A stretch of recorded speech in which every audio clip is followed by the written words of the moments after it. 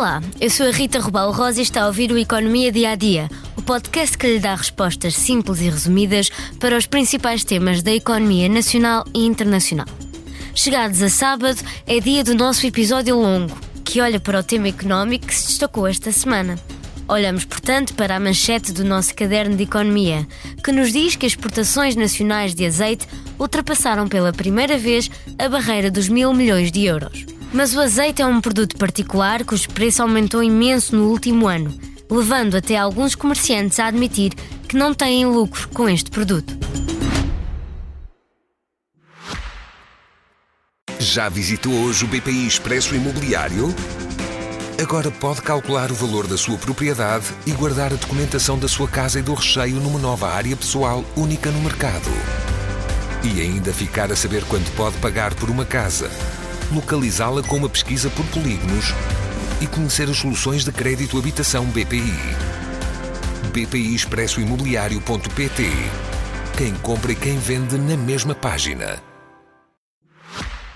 Somos uma mercearia portuguesa, não nos faz sentido ter nem azeite a 12 euros, muito caro, nem não termos azeite, porque é um elemento essencial na cozinha portuguesa. Assumimos que não estamos a ganhar dinheiro no azeite e temos o azeite na prateleira para as pessoas poderem consumir normalmente, continuarem a poder consumir normalmente. Mas afinal, como atingimos esta marca nas exportações?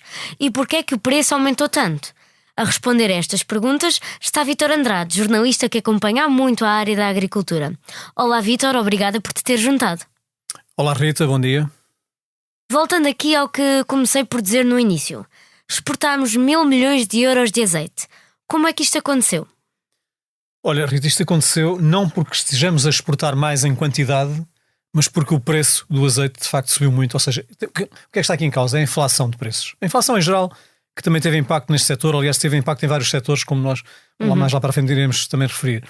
E de facto aqui o que aconteceu foi isso, foi que no ano que passou, Portugal até exportou menos em quantidade, como eu estava a dizer, portanto nós exportámos de azeite 214 mil toneladas, atenção que o azeite é medido em peso, em quilos. Para quem não sabe, 1 quilo de azeite corresponde mais ou menos a 1,1 litros de azeite. Okay. No mercado é assim que funciona. Para o consumidor é evidente que funciona com a garrafinha que a gente compra no supermercado, é diferente. Mas portanto, em termos de mercado é transacionado em peso. E portanto estava eu a dizer que em 2022 nós tínhamos exportado 264 mil toneladas de azeite. O ano passado exportámos menos, exportámos 214 mil.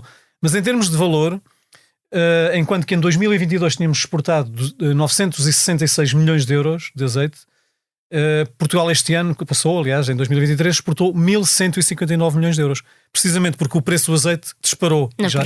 Na produção e no consumidor e por aí fora. Certo. E para que países é que costuma viajar o nosso azeite? Olha, as principais exportações do azeite nacional, que é muito cobiçado, atenção, Portugal neste momento está a ganhar os primeiros e os segundos prémios e os terceiros prémios em quase todos os concursos de azeite a nível mundial. Isto o que a gente sabe, se calhar, mas de facto há um concurso mundial muito prestigiado, que é uma espécie dos Oscars do azeite, que é feito em Nova Iorque normalmente, que é o Prémio Mário Solinas, e em que Portugal de antes, que há uns 10 anos atrás, 15 anos atrás, não chegava sequer àqueles lugares perto do pódio, nem pensar. Hoje em dia está sempre presente nas várias categorias, nos primeiros lugares, nos segundos lugares, e portanto o azeite português é de facto um dos melhores azeites do mundo neste momento. Pouca gente sabe disto, se calhar, mas é isso que está a acontecer e as pessoas que estão no mercado sabem disso. O que é que as pessoas que estão no mercado também sabem? Sabem que comprando o azeite a granel ao produtor em Portugal, ele fica muito mais em conta para quem depois o vai embalar, que vai ganhar então valor acrescentado pela embalagem que faz. Quem é que normalmente faz isso em relação ao azeite português? Espanha, que é o principal produtor e o principal embalador e o principal comercializador de azeite do mundo, e Itália, que não é o segundo, mas é o terceiro, para aí, a nível mundial também, e que é um país que, aliás, quando se pensa em azeite, normalmente pensa-se em Itália. Certo. Não é? Há muito há essa ideia associada do azeite à questão do país Itália. No geral, o Mediterrâneo, não é? É, mas a Itália aparece à cabeça sempre. Porquê? Porque a Itália, desde há muito tempo, há décadas, muitas décadas, que trabalhou muito a questão da embalagem, do design das embalagens e da própria promoção da marca Azeite de Itália. Pronto. E de facto o que acontece é que muito do azeite que é vendido em Itália com embalagens italianas é comprado no Alentejo, nomeadamente naquelas grandes herdades, naquelas grandes plantações nós temos hoje em dia na zona de regadio de Alqueva, precisamente. Okay. Mas há um terceiro destino já agora importante para além da Espanha e de Itália, que é o Brasil. E para o Brasil, curiosamente, aí já se vende azeite embalado em Portugal, ou seja, já estamos a vender marcas portuguesas em grande quantidade até para o Brasil. O Brasil é um grande mercado precisamente do azeite português, porque pronto, é muito apreciado e é aí que as marcas portuguesas, que não são muitas, fazem algum dinheiro, porque realmente aqui estão a vender com valor acrescentado, que é o valor da marca que vai acrescentado ao azeite, precisamente. Já embalado, já do produto final. Com bonitas embalagens, etc. Até porque a América não costuma ser a grande consumidora de azeite, é mais do óleo. Aliás, não é? nós temos que ver aqui uma coisa também. O consumo de azeite a nível mundial também está muito concentrado em certos países. Anda muito à volta dos países do Mediterrâneo, onde é produzido, precisamente. A dieta mediterrânica não vive sem o azeite. Na América, nos Estados Unidos do Norte da América, e já há até porque na Califórnia também se produz já alguma utilização quase recorrente já de azeite em muita da gastronomia que é feita nos Estados Unidos. E o Brasil está agora a descobrir, agora já há algum tempo, a descobrir precisamente os benefícios do azeite. Onde é que os portugueses andam há muito tempo a tentar entrar para ver se aumentavam em termos de quantidades vendidas? É no mercado chinês, que é um mercado que não tem na sua dieta tradicional, tal como, por exemplo, os países nórdicos também não têm, atenção. A Europa não consome todo o azeite. E, portanto, há países em que nas suas dietas o azeite não faz parte. Por exemplo, na China, o óleo, um dos óleos mais usados na culinária é o óleo de sésamo. Pronto, estás a ver, é isso. E a China tem ali um problema com o azeite, é que eles não têm um clima propício à produção de azeite. Mas também não o querem, não é não quererem, não estão para aí virados, por assim dizer, passa a expressão, em introduzir o azeite nas suas dietas. Agora, imagina que a China um dia decidia começar a introduzir azeite nas suas dietas. Podia vir azeite, quer dizer, não havia azeite no mundo que se chegasse para os 1.400 milhões de chineses. E, portanto, os nossos destinos são esses: é Espanha, Itália, azeite vendido a granel, a seguir Brasil, azeite vendido embalado e devidamente rotulado. Além do preço de produção ter aumentado, como falámos, o preço de venda ao público também tem sofrido grandes aumentos, pelo menos cá em Portugal.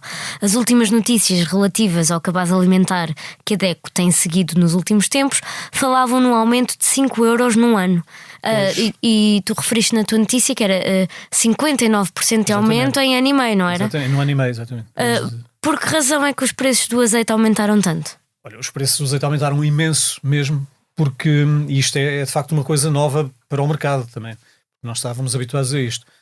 Porque houve aqui desde logo um problema de base a nível mundial, porque os preços hoje em dia são formados globalmente. E são formados onde? Nomeadamente em Espanha. Porque a Espanha é o principal produtor mundial de azeite, como eu há pouco referi.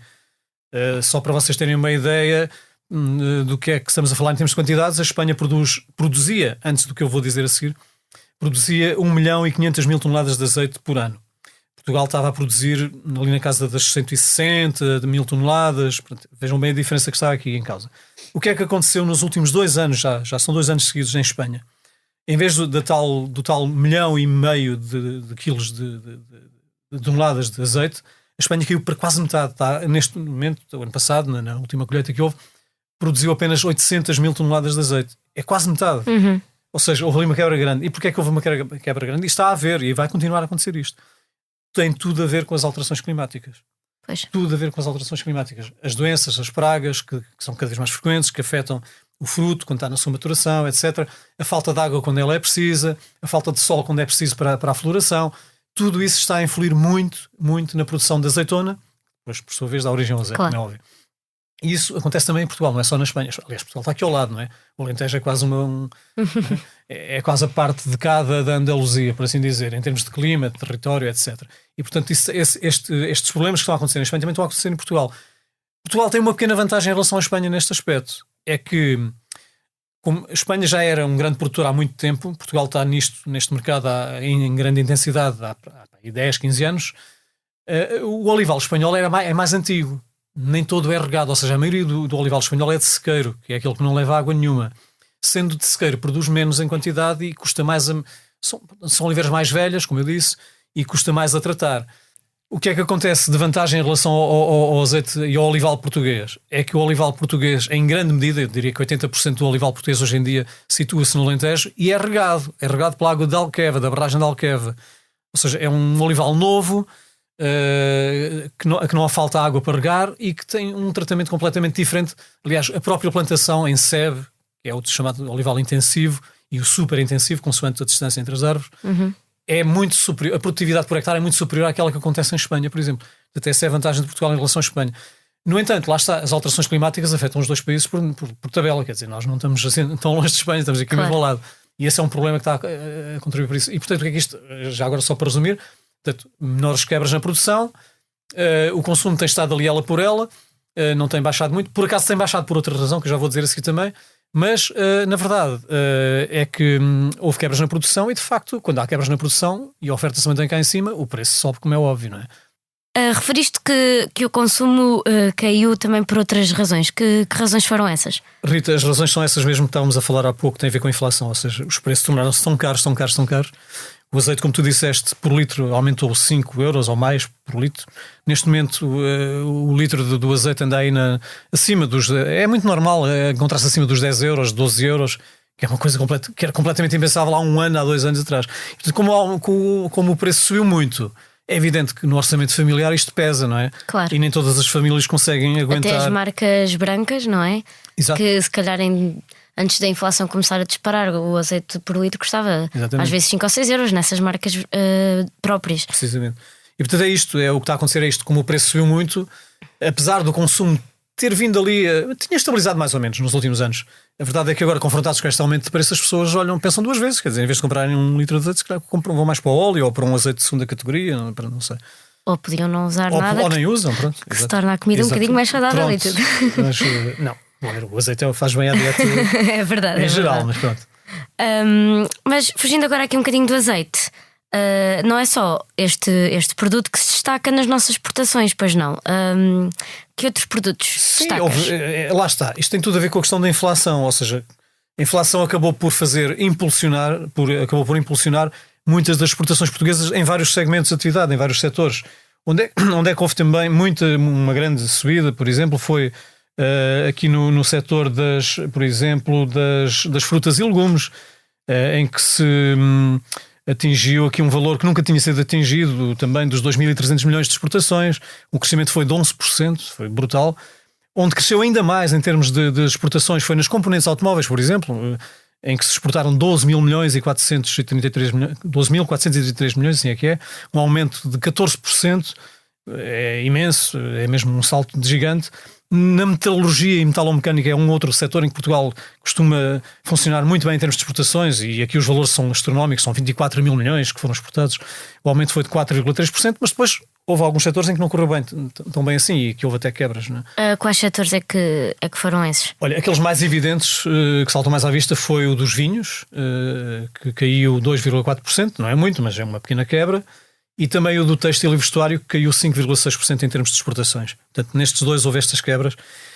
Eu penso que isto pode-se explicar pelo seguinte: é que no momento da compra o consumidor pensa 2 vezes em relação àquilo que é essencial e ao que é menos essencial. E de facto, lá está, tal como no azeite houve uma quebra no consumo de 11%, estimada em 11%. No vinho, se calhar, as pessoas pensam 2 vezes entre comprar uma garrafa de vinho ou comprar uma cerveja, que é mais barato, sei lá, não faço ideia. Mas se calhar na altura da compra isso acontece. E depois é evidente que quem está a importar de outro país também importa menos, porque não precisa tanto para dar aos seus consumidores, não é? Eu presumo que tenha sido isto, tal como no têxtil e vestuário. Em vez das pessoas mudarem de roupa de mês em mês, se calhar passaram a mudar só de 6 em 6 meses, mudarem, entre aspas, comprar roupa nova. E portanto pode ter sido isso, não sei. Não vejo aqui grandes explicações para além disto que eu estou a dizer. Pronto, e lá está, a inflação. Bem, estamos a falar num contexto de guerra permanente que não nos larga, não é? Já vai fazer 2 anos. Pronto, e tudo isto tem muita influência nas cadeias de abastecimento, no acesso aos materiais, às matérias-primas, etc. Portanto, é um clima completamente adverso a tudo isto. Não nos podemos esquecer disso. Por isso é que são os autênticos heróis aqueles setores que conseguiram, apesar de tudo, crescer, como aquele do azeite que nós estamos aqui, que nos trouxe aqui hoje a esta conversa. Vítor, muito obrigada pelo teu contributo. Foi mais uma conversa aqui no nosso podcast Economia Dia a Dia. Antes de irmos, convido a ouvir o mais recente episódio do podcast Posto Emissor, que tem como convidado Paulo de Carvalho. A sonoplastia deste episódio ficou a cargo de Salomé Rita e João Luís Amorim. Obrigada aos dois. Assim, obrigada por estar desse lado. Se tem questões ou dúvidas que gostaria de ver explicadas no Economia Dia a Dia, envie um e-mail para rrrosa@expresso.empresa.pt. Voltamos já na segunda com mais novidades económicas.